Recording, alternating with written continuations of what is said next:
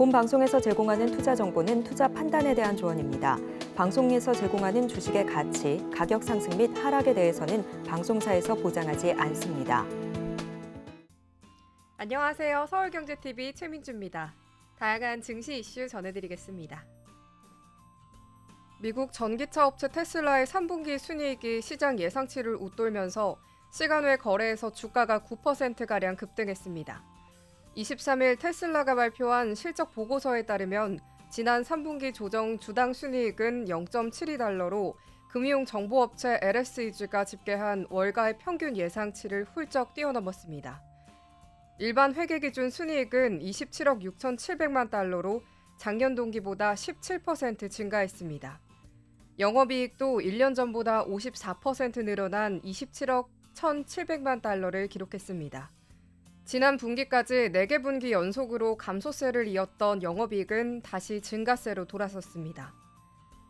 영업이익률은 10.8%로 작년 동기보다 3.2포인트 높아졌습니다. 조정된 상각전 영업이익률은 18.5%로 1년 전보다 2.4포인트 상승했습니다. 매출은 251억 8,200만 달러로 작년 동기 대비 8% 증가했지만 월가의 예상치보다는 적었습니다. 사업 부분별로는 자동차 부분 매출이 200억 1,600만 달러로 작년 동기 대비 2% 증가했습니다. 테슬라는 보고서에서 3분기 생산량과 인도량 모두 작년 동기 대비 성장세로 돌아섰고 10월 22일에는 700만 번째 차량을 생산한다고 밝혔습니다. 아울러 테슬라는 올해 연간 전기차 판매에 대해 지속적인 거시경제 상황에도 불구하고 2024년에 차량 인도량이 소폭 성장할 것으로 예상한다며 긍정적인 전망을 내놓았습니다. 또 신차 출시에 대해서는 보다 저렴한 모델을 포함해 신차를 제공하기 위한 준비가 계속 진행 중이며 2025년 상반기 이 신차를 출시할 것이라고 기존의 계획을 거듭 확인했습니다. 테슬라 주가는 이날 정규 증시에서 전장보다 1.98% 떨어진 213.65달러에 마감했으나 실적 발표 후 시간 외 거래에서 오후 5시 기준 8.9% 오른 232.66달러에 거래됐습니다. 애플이 아이폰 등 자사의 기기에 인공지능 기능을 탑재를 본격화하고 있습니다. 애플은 다음 주 아이폰의 새 운영체제 iOS 18.1 버전을 공식적으로 배포한다고 23일 밝혔습니다. iOS 18은 올해 아이폰에 탑재되는 새 운영체제로 iOS 18.1은 애플의 AI 시스템인 애플 인텔리전스의 일부 기능이 들어있는 버전입니다. AI 음성비서 시리는 더 똑똑해졌습니다. 사용자가 문장을 말하다가 실수하거나 중간에 내용을 바꿔도 시리는 문맥을 통해 사용자가 실제로 얘기하려던 것을 이해할 수 있다고 애플 측은 밝혔습니다. 애플은 이와 함께 이보다 한 단계 더 업그레이드한 iOS 18.2 버전의 베타 버전을 일부 개발자 등의 대상으로 미리 보기 형태로 출시합니다.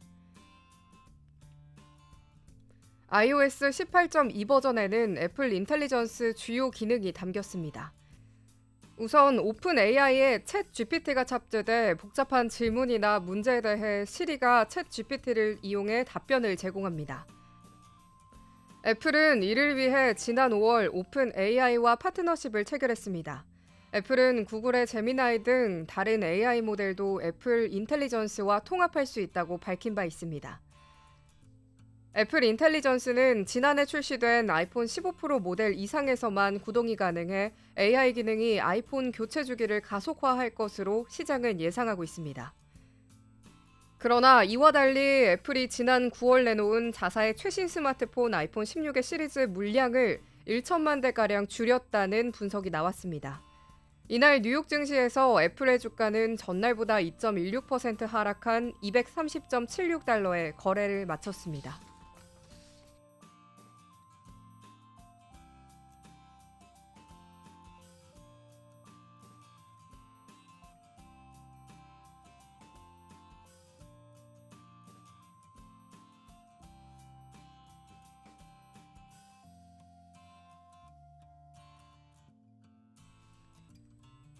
미국 국채금리가 연일 고공행진을 이어가면서 가상화폐 대장주 비트코인이 하락했습니다. 23일 미 가상화폐 거래소 코인베이스에 따르면 미 동부 시간 이날 오후 4시 15분 비트코인 한 개당 가격은 24시간 전보다 2.54% 떨어진 66,303달러에 거래가 됐습니다. 지난 20일 69,400달러까지 상승하며 7만 달러 선 돌파를 목전해뒀던 것에 비해 4% 이상 빠졌습니다. 이날 가격은 한때 65,500달러까지 하락하기도 했습니다. 미 대선이 다가오면서 친가상화폐 정책에 대한 기대감으로 비트코인은 최근 오름세를 이어갔습니다. 그러나 미 국채금리 급등이 발목을 잡고 있는 양상입니다. 이날 미 동부 시간 오후 3시 10년 만기 미 국채금리는 전일 대비 2.8bp 더 오른 4.234%를 기록했습니다. 이는 지난 7월 말 이후 가장 높은 수준입니다.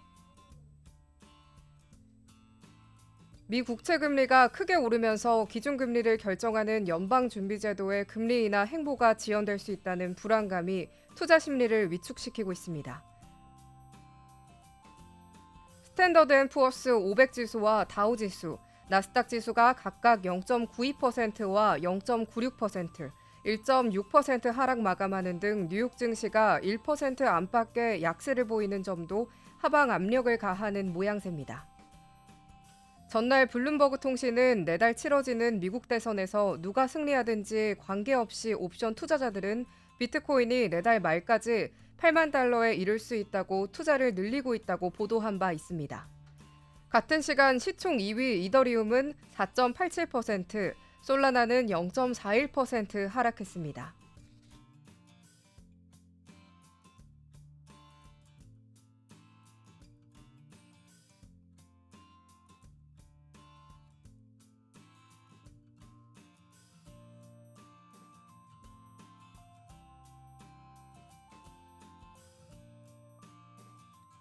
세계 최대 커피 전문점 스타벅스가 3분기 연속 매출 감소를 나타내면서 23일 주가가 약세를 보이고 있습니다. 미동부 시간 이날 오전 11시 31분 스타벅스 주가는 전날보다 0.49% 떨어진 96.35달러, 환화로 13만 3천 원에 거래됐습니다.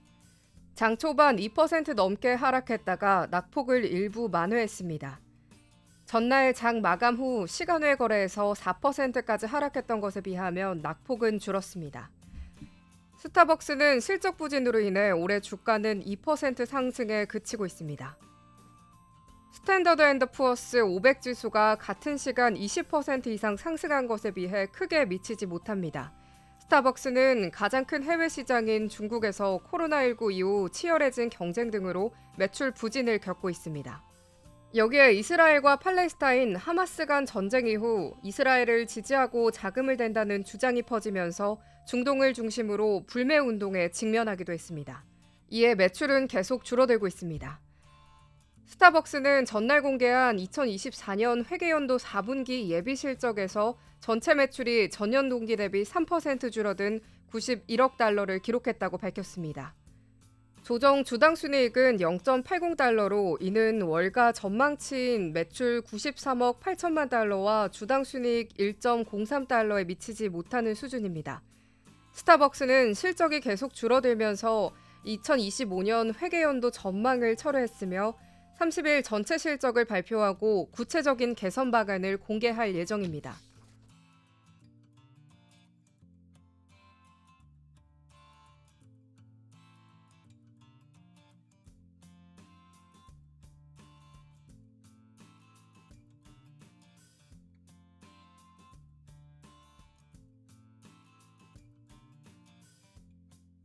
SK하이닉스가 고대역폭 메모리 효과로 올해 3분기에 매출과 영업이익, 순이익 모두 사상 최대 실적을 기록했습니다.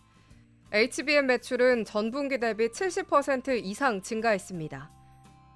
HBM과 ESSD 등 인공지능 서버용 메모리 수요 성장세가 뚜렷해진 가운데 내년에도 이와 같은 흐름이 이어질 것으로 보여 당분간 SK하이닉스의 강세는 이어질 전망입니다. SK하이닉스는 연결 기준 올해 3분기 영업이익이 7조 300억 원으로 지난해 동기와 비교해 흑자 전환한 것으로 잠정 집계됐다고 24일 공시했습니다. 매출은 17조 5,731억 원으로 작년 동기 대비 93.8% 증가했습니다. 순이익은 5조 7,534억 원으로 흑자로 돌아섰습니다. 매출과 영업이익, 순이익 모두 분기 기준 사상 최대치입니다. 매출은 지난 2분기 16조 4,233억 원으로 역대 최대치를 기록한 지 1분기 만에 다시 새 기록을 썼습니다. 영업이익과 순이익도 반도체 슈퍼 호황기였던 2018년 3분기 기록을 6년 만에 갈아치웠습니다. 삼성전자의 3분기 잠정 영업이익이 9조 1천억 원으로 이 중 반도체 사업의 영업이익은 4조에서 4조 4천억 원 수준으로 예상되는 만큼 SK하이닉스는 삼성전자의 영업이익도 크게 뛰어넘은 것으로 예상됩니다. SK하이닉스가 AI 시장 확대로 수요가 급증한 HBM 시장의 독점적인 지위를 확보한 가운데 낸드에서도 고용량 ESSD 수요가 늘며 성장세를 뒷받침한 덕분입니다. 생성형 AI가 멀티모달 형태로 발전하고 있고 범용 인공지능 개발을 위한 글로벌 빅테크 기업의 투자가 이어지는 만큼 내년에도 AI 서버용 메모리 수요 성장세는 이어질 전망입니다. SK하이닉스는 AI 반도체 시장의 큰손 고객인 엔비디아에 지난 3월 HBM 5세대인 HBM3 8단을 업계 최초로 납품하기 시작한 데 이어 지난달에는 HBM3 12단 제품도 세계 최초로 양산에 돌입했습니다. 블룸버그 산하연구기관 블룸버그 인텔리전스는 최근 보고서에서 SK하이닉스의 HBM 주문은 2026년부터 27년까지 예약돼 있으며 올해 16조에서 20조 원에 이를 것으로 보이는 SK하이닉스의 대규모 설비 투자도 HBM 시장 점유율의 확대에 도움이 될 수 있다고 전망했습니다.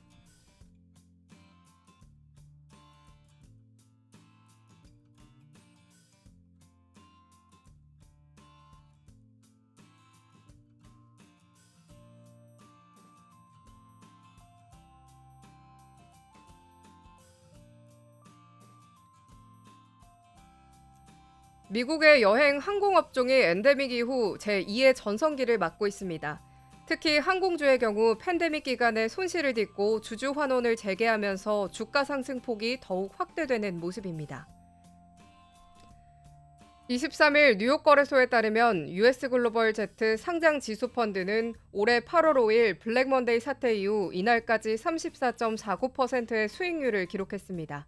같은 기간 디파이언스 호텔 에어라인 앤 크루즈 ETF는 28.19%, ALPS 글로벌 트래블 베네피셜리즈 ETF도 21.49%, 어드바이저 셰어즈 호텔 ETF도 18.9% 올랐습니다. 해당 기간 S&P 500 지수의 상승률인 18.82%를 상회하는 수치입니다. ZETF는 항공기 제조업체 및 공항 등을 포함해 여객항공 산업에 투자하는 ETF입니다. 이날 기준 유나이티드 항공, 델타 항공, 아메리칸 항공, 사우스웨스트 항공, 프런티어 그룹 홀딩스 등으로 구성됐습니다. 크루즈 ETF는 호텔, 공항, 크루즈 전반에 투자하며 메리어트 인터내셔널, 로얄 캐비안 크루즈, 델타 항공, 힐튼 월드와이즈 홀딩스 등을 담고 있습니다. 베네피셔리즈는 여행 산업 전반에, 어드바이저 셰어즈는 주로 호텔 기업에 투자하는 상품입니다. 여행 관련 서비스 업종이 강세를 보인 것은 최근 미국의 소비가 건실한 회복을 보인 영향으로 풀이됩니다. 미 노동통계국의 최근 발표에 따르면 미국의 시간당 평균 임금은 전년 동월 대비 4%의 상승률을 기록했습니다. 다만 소득 격차도 덩달아 커지면서 고소득층을 중심으로 소비 심리가 크게 개선되는 모습입니다. 항공 관련 기업의 주주 환원 정책도 호재입니다. 유나이티드 항공은 15일 시장 전망을 뛰어넘는 3분기 실적을 발표하며 팬데믹 이후 처음으로 15억 달러 규모 자사주 매입을 재개했다고 밝혔습니다. 앞서 사우스웨스트 항공과 델타 항공도 지난달과 5월 각각 25억 달러, 50달러 규모의 자사주 매입을 밝힌 바 있습니다. 금융투자업계에서는 시장 예상대로 연준이 내년 3월까지 금리를 점진적으로 인하한다면 추가적인 주가 상승이 가능할 것으로 기대하고 있습니다. 이날 시카고 상품거래소 패드워치 툴에 따르면 연준은 11월 연방공개시장위원회에서 금리를 인하할 확률을 92.5%로 전망했습니다.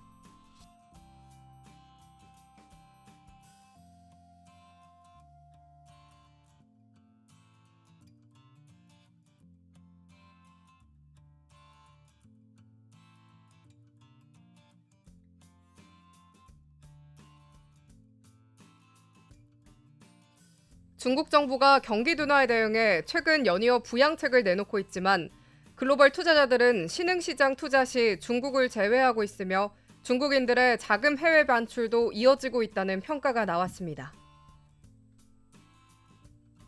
파이낸셜 타임즈에 따르면 JP모건은 올해 들어 이른바 중국 제외형 투자형 펀드에 100억 달러가 순유입돼 신흥시장 전반에 투자하는 주식형 펀드 순유입액을 넘어섰습니다.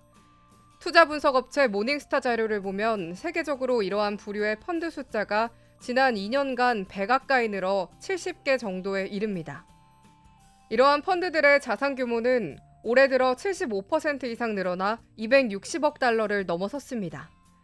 우크라이나 전쟁에서 중국의 러시아가 지지, 미중 갈등을 격화 등에 따라 투자자들은 중국을 인도 등 다른 신흥국과 함께 취급하기에는 너무나 위험하거나 크다고 인식하는 상황입니다. 정치적 이유로 중국을 투자 대상에서 제외하려는 움직임은 주로 미국에서 관찰되며 대형 연기금들이 국가 안보를 이유로 중국 익스포저를 줄이고 있습니다.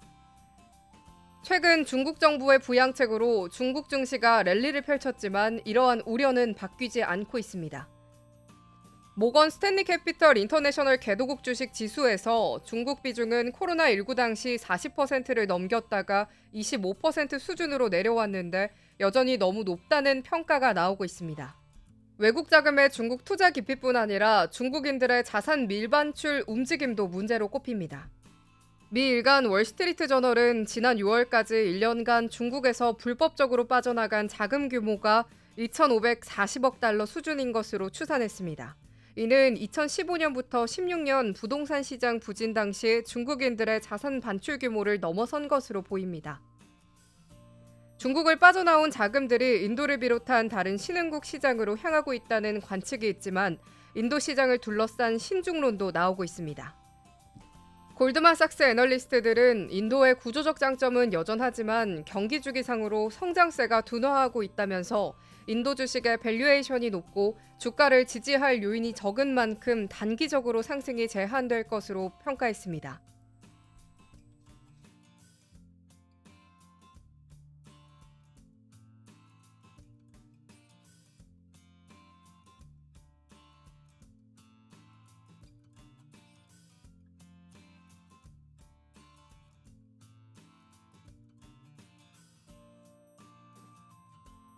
삼성전자가 23일 장중 52주 신저가를 기록한 뒤 급반등해 단번에 6만 전자 회복을 시도했습니다.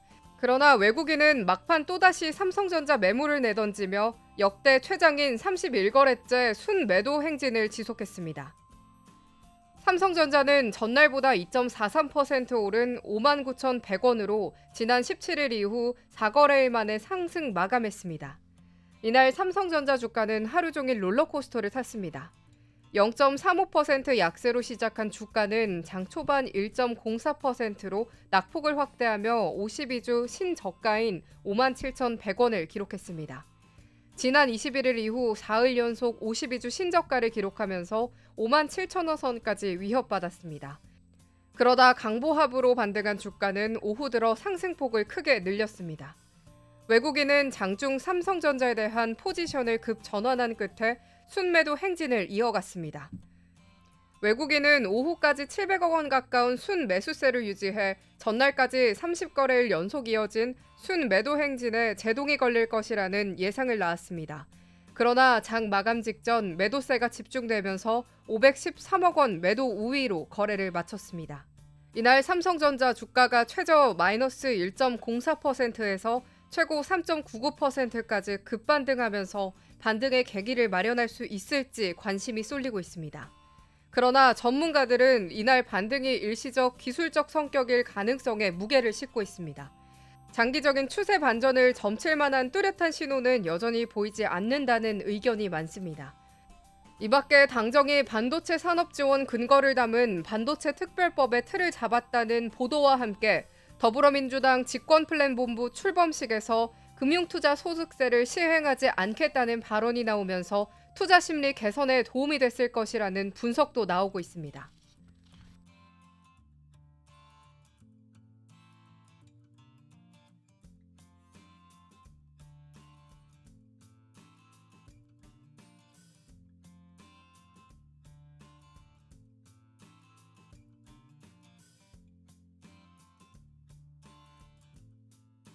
네덜란드 반도체 장비 제조업체 ASML의 크리스토프 푸켓 최고 경영자가 미국의 대중 수출 통제 압박이 계속될 것이라며 유럽연합 차원에서 논의가 필요하다고 주장했습니다. EU 옵서버에 따르면 푸켓 CEO는 22일 영국 런던에서 블룸버그가 주최한 행사에서 지정학적 상황을 보면 미국이 동맹국들에 더 많은 통제를 가하라고 계속 압박할 것이 분명해 보인다고 말했습니다. 푸켓 CEO는 ASML이 유럽의 기술 부분에서 독특한 위치에 있다면서 회사는 6,000개의 고도로 전문화된 공급업체에 의존하고 있으며 그 가운데 80%는 이웃 국가에 있다고 설명했습니다. ASML에 대한 미국발 수출 통제 조치가 결국에는 유럽의 다른 기술 제조업체에도 영향을 줄 수 있다는 의미로 해석됩니다. 푸켓 CEO는 EU 차원에서 미국의 수출 통제에 대응하기 위한 논의가 필요하다면서 미국의 압박에 우회적으로 불만을 표했습니다. 그는 EU 정상들이 산업을 조금 더 잘 이해할 수 있도록 논의하고 싶다며 그렇게 되면 유럽 국가들과 네덜란드에 무엇이 좋은지 결정할 수 있게 될 것이라고 강조했습니다. 네덜란드 기업인 ASML은 첨단 반도체 양산의 필수인 극자외선 노광 장비를 독점 생산합니다.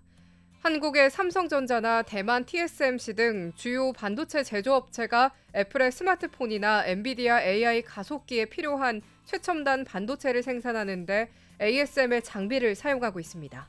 이 때문에 오래전부터 ASML은 업계 내에서 슈퍼 을로 불렸지만 최근 시장 예상의 절반도 못 미치는 예상 실적 등 실망스러운 실적을 내놓으면서 지난 15일 주가가 16% 급락했습니다. 네덜란드 정부는 2019년부터 자국 반도체 장비업체 ASML의 최첨단 극자외선 노광 장비에 대해 중국 수출을 금지하고 있습니다. 지난해 9월부터는 미국 압박의 신형 심자외선 장비에 속하는 NXT 2000i 이상급 모델에 대해서도 중국 수출 허가를 받도록 했고 지난달에는 ASML의 구형 장비에 대해서도 같은 조처를 도입했습니다.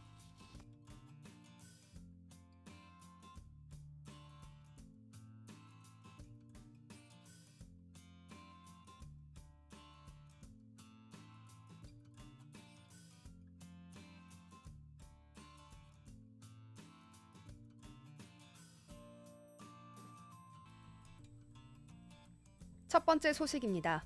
인공지능 칩 선두주자인 미국 엔비디아의 타이 맥커처 엔비디아 수석 부사장은 23일 카카오의 AI 기업 전환을 지원하고 있다고 강조했습니다. 맥커처 부사장은 이날 경기도 용인시 카카오 AI 캠퍼스에서 이틀째 진행된 개발자 컨퍼런스 이프 카카오 AI 2024의 세션에 특별 연사로 참석해 우리는 AI 모델들을 구축하는데 카나나 알파와 협력하고 있고 인프라를 구축하는데 카나나 X와 협력하고 있다며 이같이 밝혔습니다.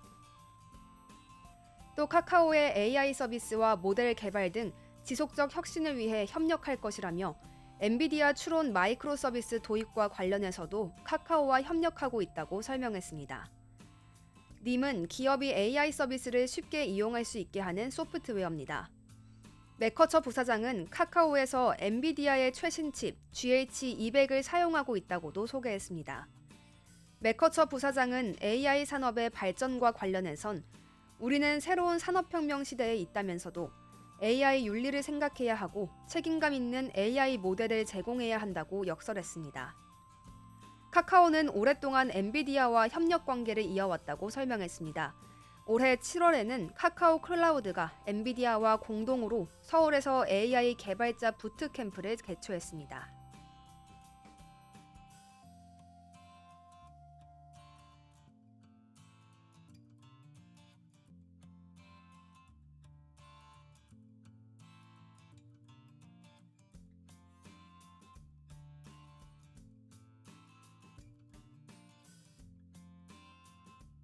다음 소식입니다. 정기태 삼성전자 파운드리 사업부 부사장은 23일 삼성전자가 기본이 되는 파운드리 기술 능력이 부족하다고 생각하지 않는다고 말했습니다. 정 부사장은 이날 서울 강남구 코엑스에서 열린 제7회 반도체 산학연 교류 워크숍에서 삼성 파운드리 전략과 경쟁력에 대한 질문에 삼성전자는 공정과 설계를 최적화하는 단계에서 시너지 효과를 갖고 있다며 이같이 밝혔습니다. 삼성전자 반도체 사업을 담당하는 디바이스 솔루션 부문은 메모리와 파운드리, 시스템 LSI 사업부 등으로 이루어져 있습니다. 이에 따라 설계, 공정 등에서 서로 시너지를 낼 수 있다는 게 정 부사장의 설명입니다. 전 세계 파운드리 시장에서 1위를 차지하고 있는 대만 TSMC의 2분기 시장 점유율은 62.3%로 삼성전자와 격차는 상당히 큽니다. 삼성전자는 파운드리 부문에서 세계 최초 게이트 올 어라운드 공정 양산, 종합 반도체 회사로서 강점을 살린 AI 칩 원스톱 서비스 등을 강점으로 내세우지만 부진이 길어지는 상황입니다. 이번 3분기 역시 파운드리와 시스템 LSI를 포함하는 삼성전자 비메모리 부문은 1조 원 이상의 적자를 낸 것으로 추정됨에 따라 고객사 확보를 위한 새로운 돌파구 마련이 필요하다는 지적도 나옵니다. 삼성전자는 차세대 고대역폭 메모리에 3.5D 패키징을 적용해 액티브 인터포저 등 각종 첨단 기술을 도입할 계획입니다. 또 기존에 활용되던 적층 세라믹 컴패시터를 대체할 차세대 부품 실리콘 컴패시터 양산 준비도 마무리 단계에 들어선 상태입니다. 정 부사장은 고객사에 시제품 테스트 기회를 제공하며 생태계를 확장한 TSMC와 같은 시장 전략이 필요하지 않냐는 물음에는 내부적으로도 많은 고려를 하고 있다고 답했습니다. 한편 이날 정 부사장은 스마트월드에서 파운드리 기술의 역할을 주제로 자율주행, 증강현실 등 스마트 산업 발전을 위한 첨단 파운드리 기술과 시스템 반도체의 중요성에 대해 발표했습니다.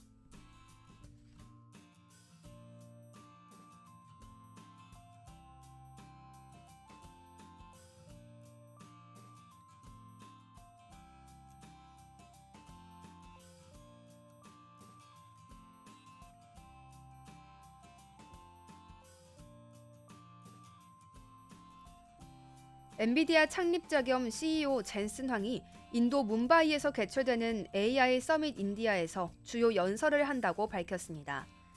이번 서밋은 10월 23일부터 25일까지 지오 월드 컨벤션 센터에서 진행되며 글로벌 AI 리더로서의 인도의 역할을 조명할 예정입니다.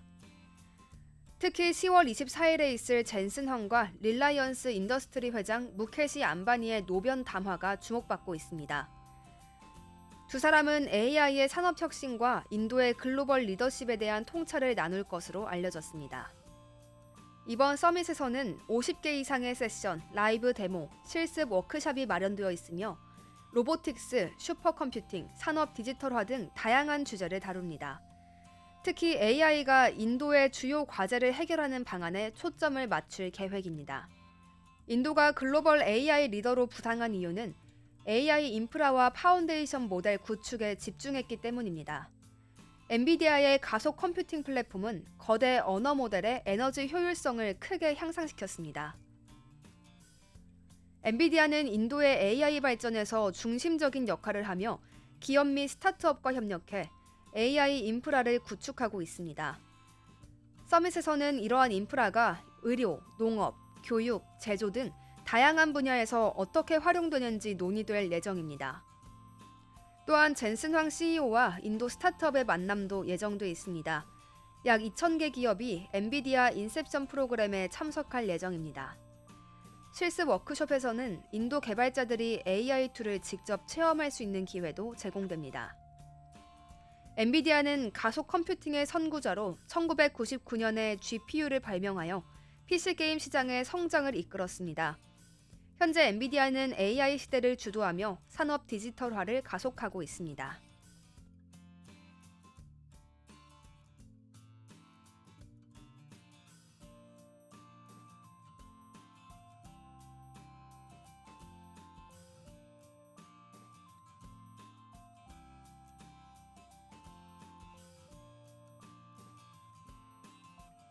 다음 소식입니다.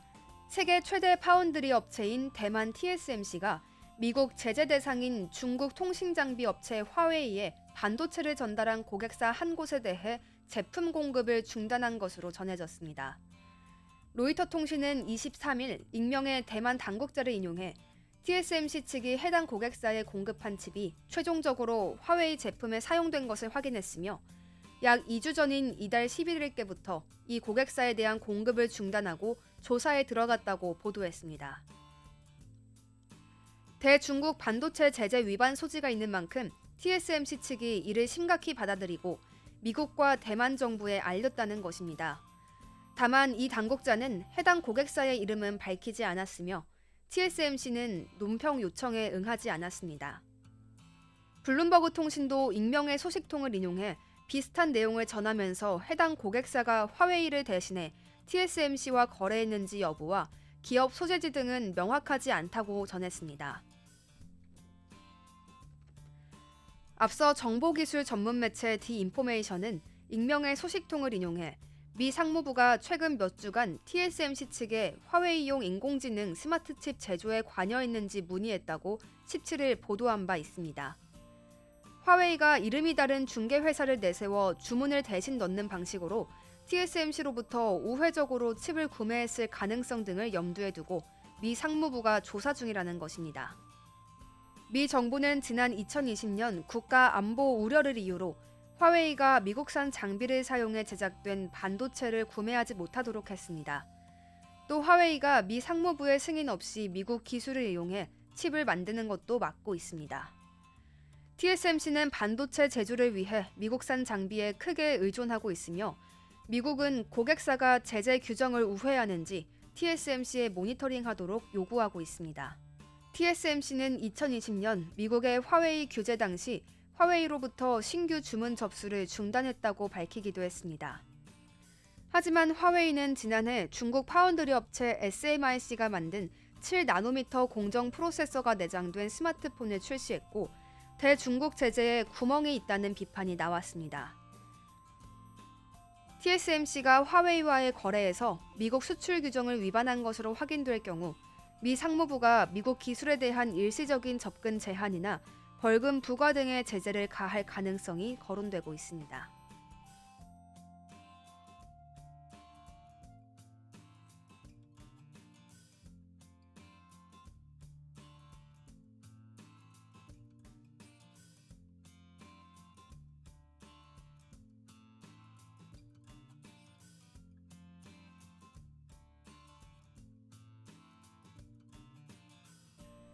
다음 소식입니다.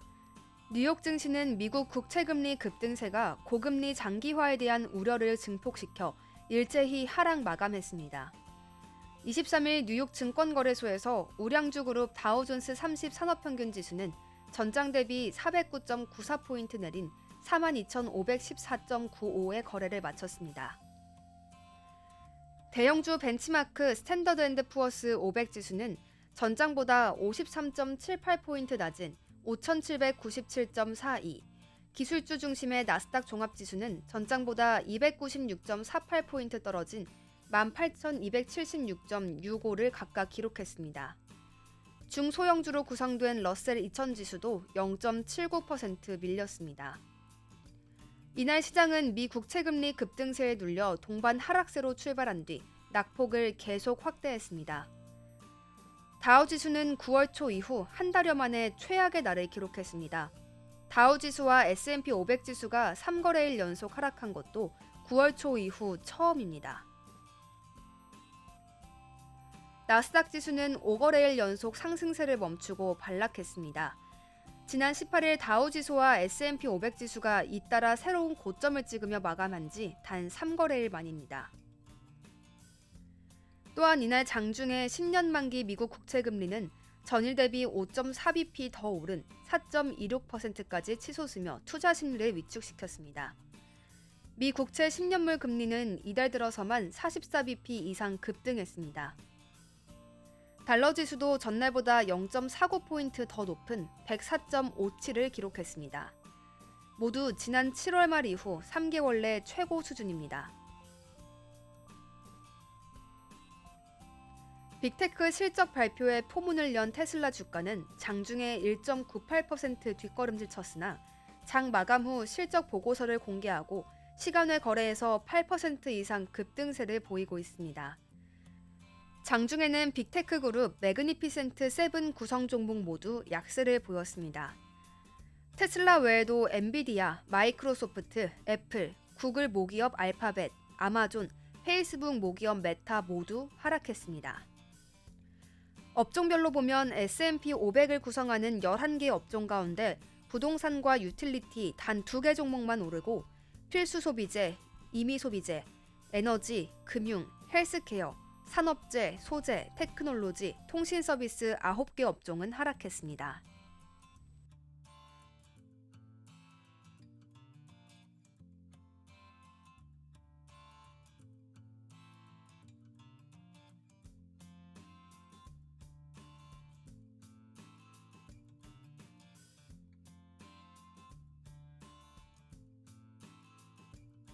다음 소식입니다.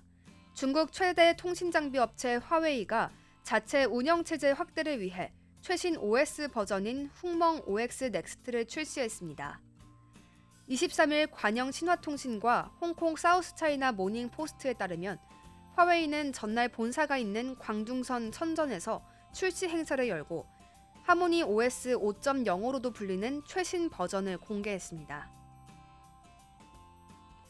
2019년 8월 처음 출시된 하모니 OS는 스마트폰, 태블릿, 웨어러블, 자동차를 포함한 다양한 기기와 시나리오를 위해 설계된 오픈소스 운영체제입니다. 화웨이는 원래 스마트폰 운영체제로 안드로이드를 썼으나 2019년 8월 미국 정부의 제재로 구글 모바일 서비스가 지원되는 정식 제품을 살 길이 막히자 석 달 뒤 독자 개발한 하모니 OS를 내놓았습니다. 이 운영체제는 중국 스마트폰 OS 시장에서 10억 대 넘는 기기에 설치돼 애플 iOS를 제치고 안드로이드에 이어 2위로 올라선 상태라고 신화통신은 전했습니다. 이번에 출시된 최신 버전은 하모니 OS의 5번째 업그레이드 버전으로 15,000개의 기본 애플리케이션과 서비스를 장착했다고 화웨이 위청둥 소비자 부문 최고 경영자는 설명했습니다. 위 CEO는 하모니 OS는 안드로이드 및 애플의 iOS와 완전히 독립적인 운영체제라면서 최신 버전은 전 세계 관련 산업 발전을 위한 새로운 옵션과 시장 공간을 제공할 것이라고 말했습니다. 신화통신은 하모니 OS 최신 버전 출시는 미국으로부터 2019년 제재를 받기 시작한 화웨이가 세운 또 다른 이정표라고 의미를 부여했습니다. 화웨이는 미국의 제재를 뚫고 지난해 8월 7나노미터 첨단 반도체 장착 메이트 60 프로를 발표하며 업계를 놀라게 한 데 이어 폴더블폰 메이트 X5, 고급 스마트폰 프라 시리즈, 최신 트리플 폴드폰인 메이트 XT 등 첨단 제품을 잇따라 선보이고 있습니다.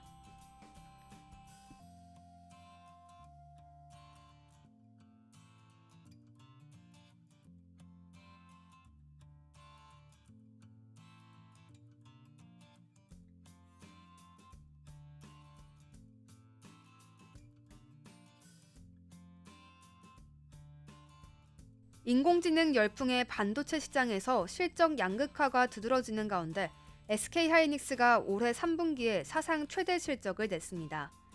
SK하이닉스는 AI 칩 생태계를 주도하는 엔비디아의 공급망에 일찌감치 합류해 기술 리더십을 유지하면서 AI 붐의 수혜를 톡톡히 보고 있습니다.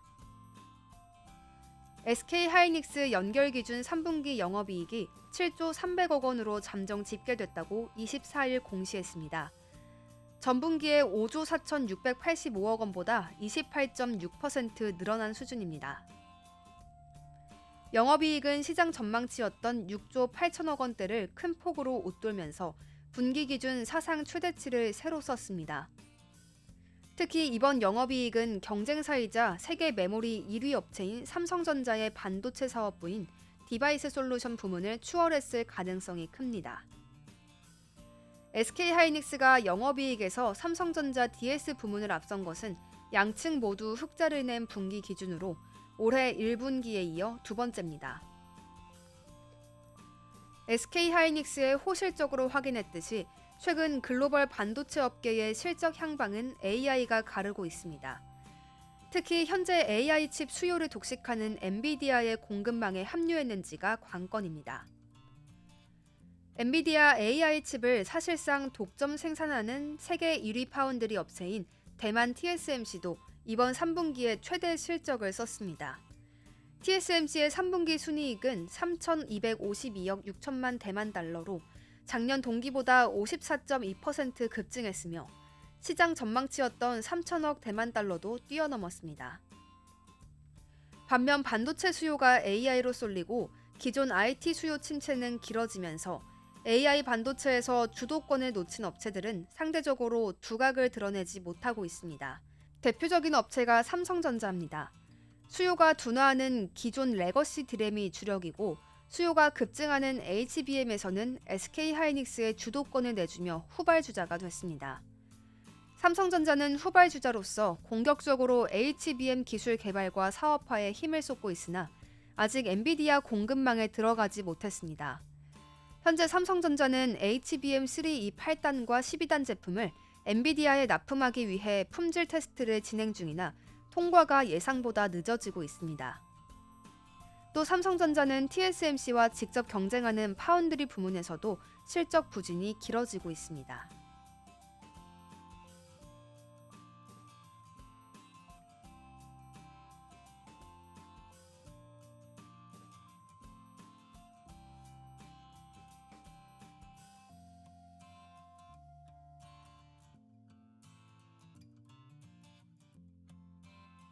다음 소식입니다.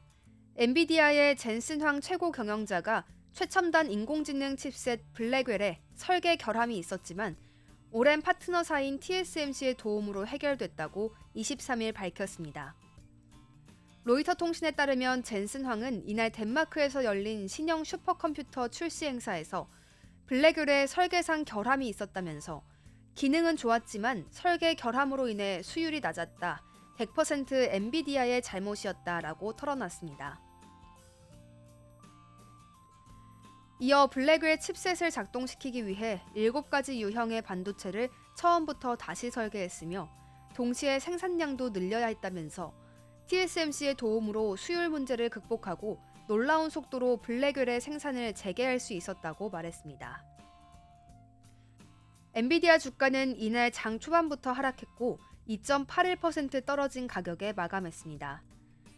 엔비디아는 지난 3월 블랙웰 칩을 공개하면서 2분기에는 출시할 수 있다고 밝혔으나 출시가 지연되면서 메타, 알파벳, 구글, 마이크로소프트 등 고객사들을 기다리게 했습니다.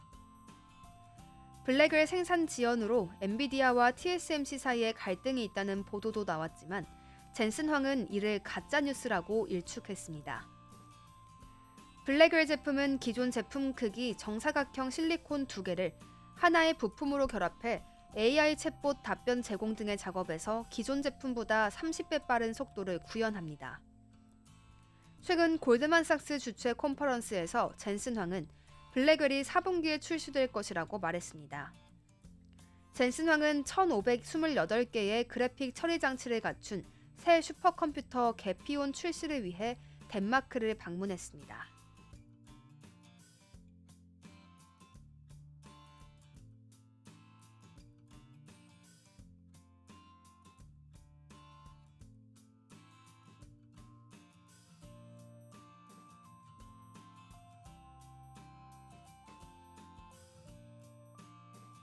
다음 소식입니다.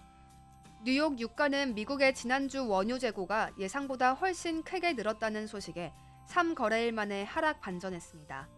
23일 뉴욕 상업거래소에서 근월물인 12월 인도분 서부 텍사스산 원유는 전장 대비 0.97달러 하락한 배럴당 70.77달러에 거래를 마쳤습니다.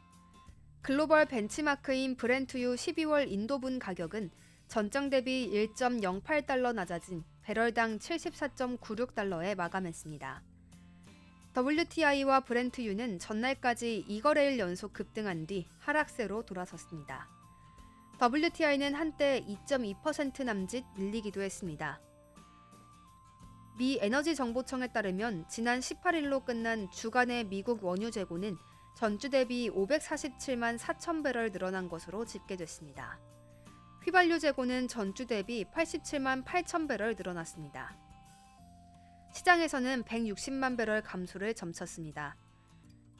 리프오 오일 오소시에이츠의 앤드루 리포 사장은 이번 주 원유 재고가 크게 늘면서 지난주 감소분을 상쇄했다면서도 이는 많은 부문이 원유 수입이 회복된 데 따른 결과로 허리케인과 관련이 많다고 말했습니다. 미국 정부는 이스라엘을 향해 가자지구 전쟁 휴전을 촉구하는 입장을 재확인했습니다. 토니 블링컨 미 국무장관은 이날 앞서 이스라엘 순방을 마무리하면서 기자들과 만나 이스라엘은 가자지구에서 전략적 목표를 대부분 달성했다면서 이제 이러한 성공을 지속 가능한 전략적 성공으로 전환할 때라고 말했습니다. 이어 인질들을 집으로 돌려보내고 전쟁을 끝내고 그 이후에 무슨 일이 일어날지에 대한 명확한 계획을 세우는 데 중점을 둬야 한다고 강조했습니다.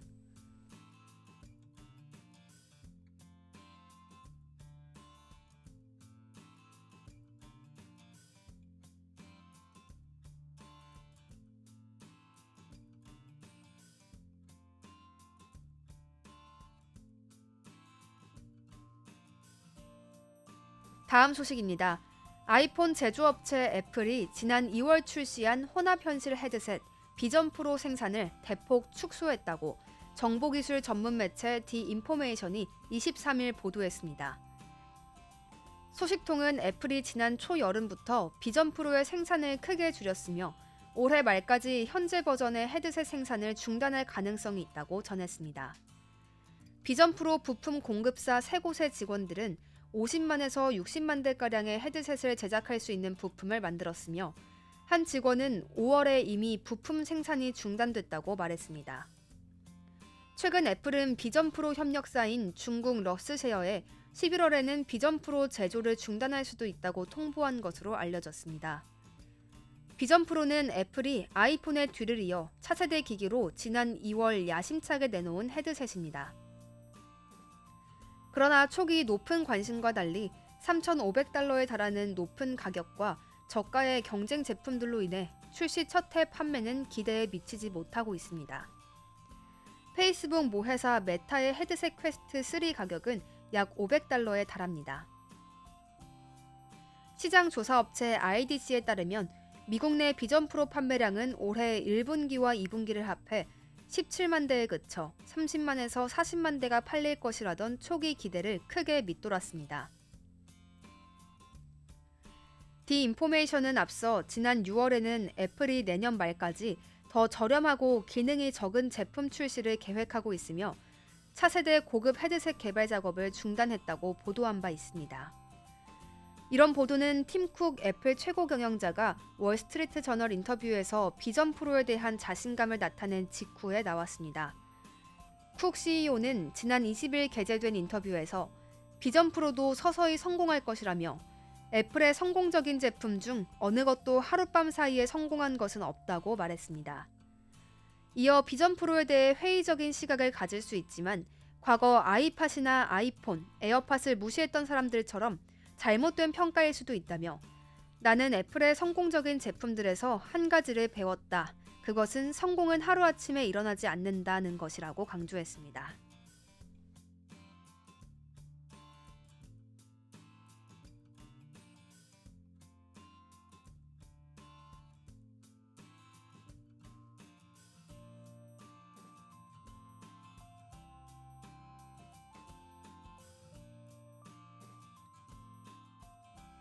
지금까지 국내 주요 이슈들 전해드렸습니다. 실적 발표가 이어지고 있으니 계속해서 관심 가져주시고 저희 모두의 증시에서도 전해드리겠습니다. 지금까지 시청해주셔서 고맙습니다.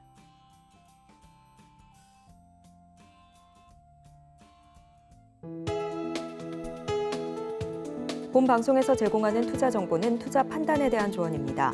방송에서 제공하는 주식의 가치, 가격 상승 및 하락에 대해서는 방송사에서 보장하지 않습니다.